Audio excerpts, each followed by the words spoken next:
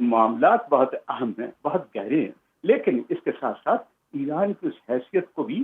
اس طرح سے جب وہ یہ مذاکرات کے میز پہ بیٹھے ہوں اور اس کے ساتھ سہولت کار موجود ہوں، اس پہ ابھی پاکستان جیسا ملک جس میں ایک بنیادی انڈرسٹینڈنگ ہوئی ہے امریکہ کو کہ ان مذاکرات کو اگر آپ نے مؤثر بنانا ہے، اگر آپ نے اس کا کوئی آؤٹ کم جو ہے وہ دیکھنا ہے، تو اس میں یہ کہ ایرانی مزاج کو اپنے نظر انداز مت کیجیے، ان کے تمام تر اس طرز عمل کو ضرور دیکھیے جس سے وہ تھوڑے سے خائف رہے ہیں۔ تو اس چیز کو یقینی بنایا ہے ہمارے فیلڈ مارشل نے، وہ میں سمجھتا ہوں کہ ایک مدبر رہنما کے طور پہ بھی سامنے آئے، اس کو یقینی بنایا ہے ہمارے محسن نقوی صاحب نے، اس کو یقینی بنایا ہے ہمارے وزیر اعظم کی قیادت نے۔ یہ تمام چیزیں جو ہیں ہمیں ان مذاکرات کے اندر، جو مذاکرات کا جو فیس تھا اس کے اندر نظر بھی آئی۔ اس میں آپ دیکھیے تعریف کرتے ہوئے آپ نظر آئیں گے امریکی نائب صدر جے ڈی وینس نے جتنے کھلے دل کے ساتھ پاکستان کی خدمات کا اعتراف کیا، پاکستان کی قیادت کا اعتراف کیا، پاکستان کی تعریف کی ہے، یہ پاکستان کا ہی نہیں، پاکستان کے عوام کا اور دنیا میں جو امن پسند قومیں ہیں ان سب کا اعزاز ہے۔ پاکستان کی ان خواہشات کو اب صحیح معنوں میں ریفلیکٹ ہوتے ہوئے لوگ دیکھ رہے ہیں، جو امن کی خواہش ہے۔ وہ صرف اپنے امن کی بات نہیں کرتے تھے کہ ان کے ہمسایہ ملک جو ہے وہ کیا کرتے، وہ دنیا کے امن کی بات کرتے ہیں۔ لیکن یہ ہماری جو 4 سالہ یہ جو 4 دن کی جو جنگ تھی نا، اس نے پاکستان کے مؤثر رول کو سامنے رکھا، پاکستان کی قیادت اور اس کے اندر جو امن کی خواہش ہے اس کو سامنے رکھا، پاکستان کی فتوحات کو سامنے رکھا، پاکستان کی اہلیت کو سامنے رکھا۔ اس کے نتیجے میں یہ ہے کہ اب امریکہ تعریف کرتا ہوا نظر آتا ہے، ایران اعتماد کرتا ہوا نظر آتا ہے، اور دنیا کے ممالک اس کا احترام کرتے ہوئے نظر آتے ہیں۔ سوئس گورنمنٹ نے، ایون یہ ہے کہ سوئٹزرلینڈ کی قیادت نے پاکستان کو ایک بہت خراج عقیدت پیش کیا۔ تو یہ ایک، حالانکہ ان کا یہ رول جو ہے اس وقت جو ہے بہت اہم تھا، سوئٹزرلینڈ کا ان مذاکرات کو ہوسٹ کرنا یہ بھی ایک اہم عمل تھا، اس لیے کہ یہ اتنی حساسیت کے ساتھ تھے، اس میں ان شرائط کو جیسے ڈسکس ہونے دیکھنا تھا۔ ہمارا جو اسلام آباد ایم او یو جو ہے اس کو جو ایک معنویت دی جا سکتی ہے اور جس طریقے سے اس کو ایک باقاعدہ جو ہے پیش رفت کے لیے لوگوں کے سامنے رکھا جا سکتا ہے، یہ مذاکرات صرف ایک ٹیبل پر نہیں ہو رہے تھے، بنیادی طور پہ یہ مذاکرات دنیا کی اس فورم پہ تھے جو دنیا کے لیے قیام امن کی ضمانت فراہم کرتی۔ تو اس لیے میں سمجھتا ہوں کہ یہ اس میں بہت سی چیزیں ہیں۔ ایران کے یقیناً انہوں نے کہا ہوگا کہ ہمارے اثاثوں کی بحالی جو ہے وہ ایک اہم ترین عمل ہے۔ شاہراہ ہرمز کو، جس پہ ایران کی اپنی نہ صرف یہ ہے کہ جغرافیائی دسترس ہے بلکہ ان کے کچھ حقوق اس سے وابستہ ہیں، وہ یقیناً دنیا کی ایک بہت بڑی آبی شاہراہ ہے، اور جس کو میں ہمیشہ آپ کے پروگرام میں کہتا ہوں کہ یہ دراصل وہ شاہراہ ہے کہ جس کو وہ اپنی معاشی شہرت کہتے، تو اس لیے اس پہ جو ہے وہ حساسیت ہے ان کا توانائی کے پروگرام جن کا ذکر ہوا ہوگا وہ بڑی حساسیت کے ساتھ ذکر ہوا ہوگا۔ ایران چونکہ وہ اپنے ریکارڈ کو بھی درست رکھتا ہے اور کوشش کرتا ہے کہ امریکہ کو اس بات کی جانب دلائے کہ ایک معاہدہ جو پہلے سے موجود تھا اس کو اب سائلنٹ موڈ پہ نہیں رہنا چاہیے،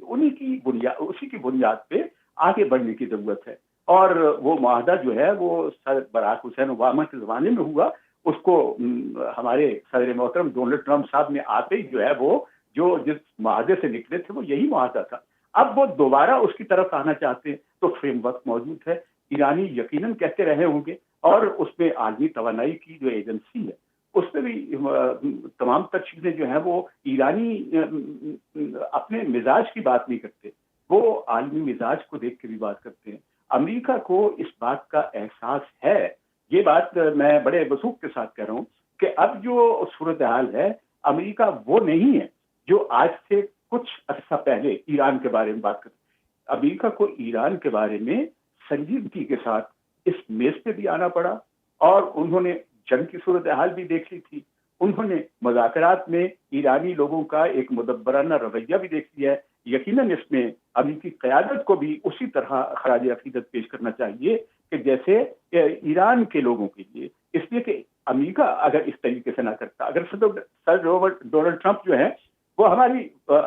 اپنے مزاج کے آدمی، اپنی وجہ کے آدمی، لیکن بات یہ ہے کہ بات کو بعض اوقات بہت ایسی کہتے ہیں کہ جس کو آدمی سوچتا ہے اور محسوس کرتا ہے کہ اس پہ تجزیہ کرتے ہوئے آپ کو آنے والے وقتوں پہ بھی نظر رکھنی ہوگی، اور وہ بالکل اسی طرح سے ہوتی ہے. ایک وقت میں کہتے ہیں، پھر وہ دوسرے دن اس کی بظاہر نفی کرتے ہوئے نظر آتے ہیں، لیکن حقیقت میں وہ اسی بات کو دہرا رہے ہوتے ہیں. تو یہ مذاکرات کی یہ جو صورتحال تھی، یہ فیز جو تھا، اس پہ میرے خیال میں دنیا جو ہے ان کو یہ جان لینا چاہیے کہ ان مذاکرات کو پروڈکٹیو بنانے کے لیے، جہاں ہمارے یقیناً بہت سے برادر ملک جو ہیں، قطر ہے، سعودی عربیہ ہے، اس میں عمان ہے، اس میں ترکیہ ہے، ان کا رول بہت اہم ہے، لیکن ان کو لیڈ کرنے والا ملک جو ہے وہ پاکستان تھا. پاکستان کی اس لیڈ نے دراصل وہ رستہ عطا کیا ہے کہ جس کی وجہ سے یہ مذاکرات جو ہیں یہ اس فیز میں داخل ہوئے کہ آج ہم کہہ رہے ہیں کہ ایرانی قیادت آئی تھی، مطمئن تھی، بات کر کے جا رہے ہیں، بات کو آگے بڑھانے کے لیے جا رہے ہیں، اور اس کے ساتھ ساتھ یہ ہے کہ امریکہ کی قیادت جو ہے ان کا رویہ انتہائی مثبت تھا. اس مذاکرات کو وہ یقیناً چاہتے ہیں کہ پروڈکٹیو بھی ہوں، دنیا کے امن کی ضمانت بھی فراہم ہو، اور ایک لیسٹنگ پیس اور مکمل سیز فائر جو ہے وہ اس علاقے کے اندر ہو. لیکن اس میں وہی باتیں جو میں نے آپ سے باریک سی باتیں کہی ہیں کہ اس میں لیبنان کو اس میں یقیناً، اور پھر سب سے بڑی بات یہ اس میں حزب اللہ کا رول جو ہے وہ یقیناً ڈسکس ہوا ہوگا. ایران کے نزدیک حزب اللہ جو ہے وہ تنظیم نہیں ہے جیسی امریکہ سمجھتا ہے.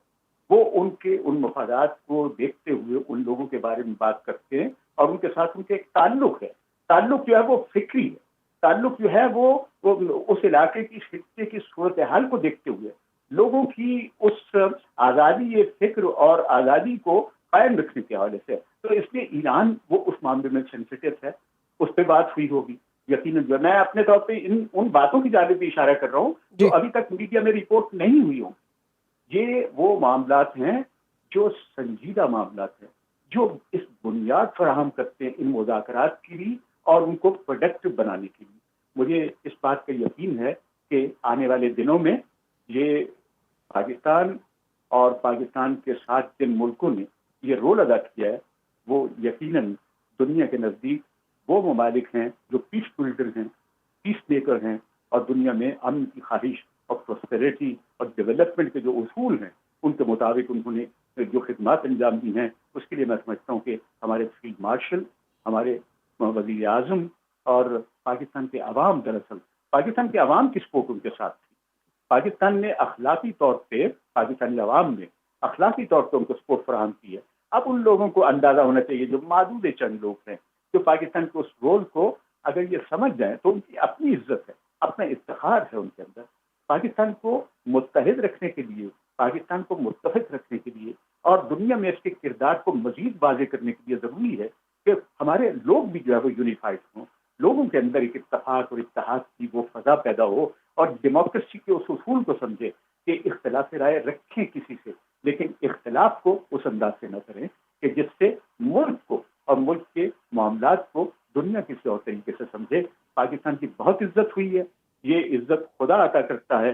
وہی اس کو قائم بھی رکھنے والا ہے، لیکن اس میں لوگوں کا رول بہت اہم ہوتا ہے. جی امریکہ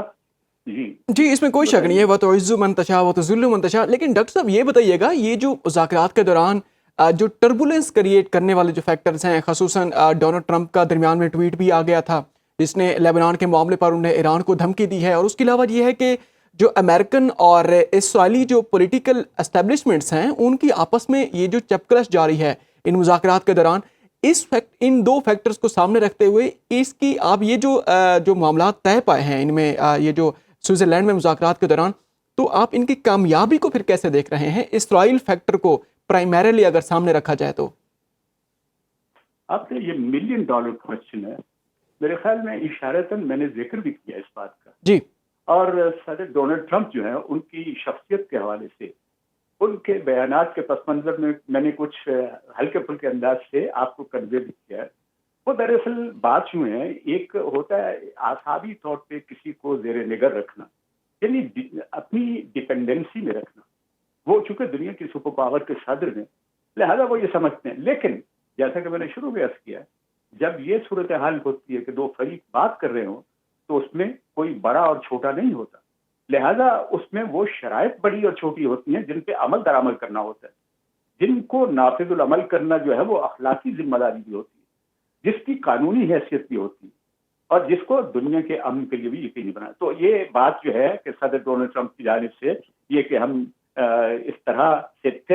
تو یہ پھر والی بات جو ہے نا، یہ پھر بھی مذاکراتی ہوگی، پھر بھی بات ہی ہوگی۔ تو اس چیز کو صدر ڈونلڈ ٹرمپ جو ہے ان کو پیش، جہاں تک اسرائیل کا تعلق ہے اس معاملے میں یقیناً ایران کی حساسیت اسی لیے کہ ایران چونکہ یہ سمجھتا ہے کہ چونکہ وہ اسرائیل اس معاہدے کا حصہ نہیں ہے، اس ایم او یو میں اسرائیل کو، لیکن وہ تواتر کے ساتھ ہر لائن پہ اختتام اسی بات پہ ہوا ہوگا وہاں پہ کہ ہم نے ان طاقتوں کو یا ان کسی ایک ملک کو کس طرح سے کنٹرول کرنا ہے، کس طرح سے اس کو ان ضوابط کا پابند بنانا ہے کہ جس سے وہ لبنان میں کوئی ایسی کارروائی نہ کریں، فلسطین سے متعلق اور دنیا کے ساتھ مسلمانوں ملکوں کے ساتھ جو ہے روابط جو ہے وہ ان کے بہتر ہو، اور ایران کے ساتھ ان کی مخاصمت جو ہے وہ ختم نہیں ہوگی۔ یہ آپ ذہن میں رکھیے کہ اسرائیل کی مخاصمت یا مخالفت جو ہے وہ ایران کی ان کی اسرائیل کی ایک بنیادی پالیسی کا ایک فنڈامنٹل ہے، یہ فاؤنڈیشن ہے ان کی۔ تو ایران جو ہے وہ اپنے طور پہ یہ سمجھتا ہے کہ اس فاؤنڈیشن کو وہ کسی صورت میں قبول نہیں کرتا، وہ اس مخاصمت کو قبول نہیں کرتا۔ وہ اس صورت میں قبول کر سکتا ہے کہ جب فلسطین کے معاملات کو بہتر بنائے، جب یہ وہ اسرائیل جو ہے وہ اپنے ان تمام تر حربوں سے باز آئے اور ان معاہدوں کی پاسداری کے لیے اپنے آپ کو نہ صرف امریکہ سے دوستی کا ایک ثبوت بھی فراہم کرے۔ دیکھیں یہ دو ملک بہت ایک دوسرے کے بہت قریب ہیں۔ جے ڈی وینس نے اپنی اسٹیٹمنٹ میں بھی یہ کہا ہے، بات کرتے ہوئے کہا ہے کہ اسرائیل کی ساتھ ان کے ریلیشن شپ جو ہے اس کے بارے میں وضاحت کی انہوں نے